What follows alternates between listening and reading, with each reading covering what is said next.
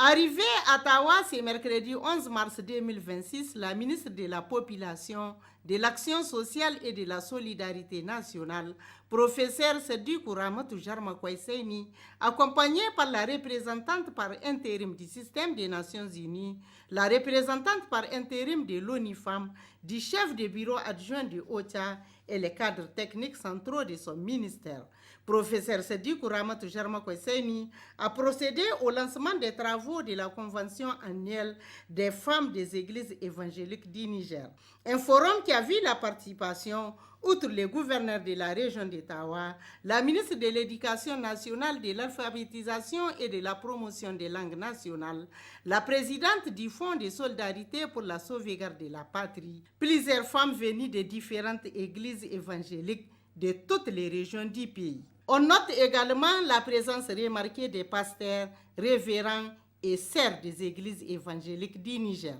Cette rencontre qui a pour thème « Connaître Jésus-Christ » a pour objectif de renforcer la foi, promouvoir la paix et encourager l'implication des femmes dans les actions de développement et de cohésion sociale, a indiqué la présidente des églises évangéliques du Niger, après les mots de bienvenue de l'administrateur délégué de la ville d'Ottawa et la présidente régionale. Nous nous retrouvons autour d'un thème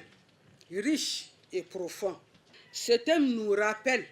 l'importance de rechercher une relation plus intime avec notre Seigneur, de connaître la puissance de sa résurrection et de marcher fidèlement selon sa volonté. L'édition 2026 coïncide si heureusement avec le mois de Ramadan qu'observe la communauté musulmane dans notre pays. Et c'est le lieu pour nous de vous souhaiter une bonne fin de Ramadan et à notre pays une paix durable à l'occasion de ces événements spirituels significatifs pour notre pays. Dans son intervention, la représentante par intérim du système des Nations Unies, Djenaba Maoudé, a salué l'engagement remarquable des femmes au service de leur famille, leur communauté et au service du Niger. Présente à cette cérémonie, la présidente du Fonds de solidarité pour la sauvegarde de la patrie, Mme Raiki Moussa Jarmokoye, a profité de ce forum pour décliner la mission et les objectifs du FSSP,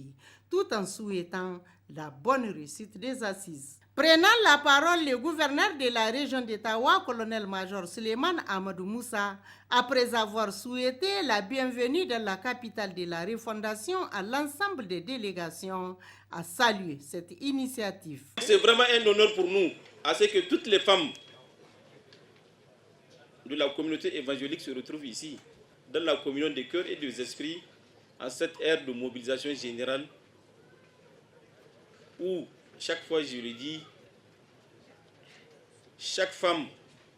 ou chaque fille ou chaque habitant de la région de Tawa est une sentinelle de la refondation. Donc nous comptons beaucoup sur vous pour que vous continuez à prier, vous continuez à soutenir nos familles, particulièrement les familles des forces de défense et de sécurité,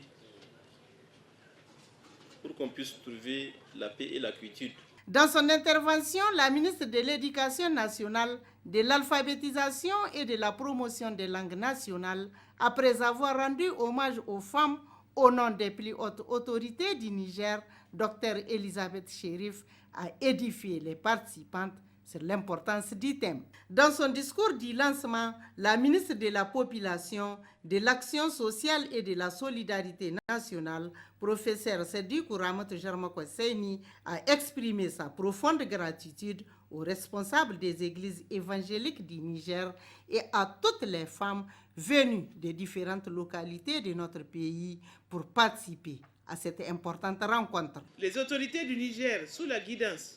de son Excellence le général d'armée Abdraman Tchani, président de la République, chef de l'État, et de son Excellence Monsieur le Premier ministre Ali Mohamed Lamine Zen, accordent une attention particulière à la promotion de la femme et à la protection des couches vulnérables de la population. À ce titre, dans la lettre de mission à nous confier, il nous revient de veiller à ce que chaque citoyen, en particulier les couches vulnérables, les personnes âgées et les personnes handicapées, puissent vivre dans la dignité et bénéficier d'un accompagnement adapté. Dans cette dynamique, les organisations religieuses constituent des partenaires précieux. Leur proximité avec les populations et leur influence morale leur permettent de contribuer efficacement aux actions de sensibilisation, de solidarité et d'entraide au sein des communautés. Le clou de la cérémonie a été marqué par des prières en faveur de la paix et de la sécurité pour les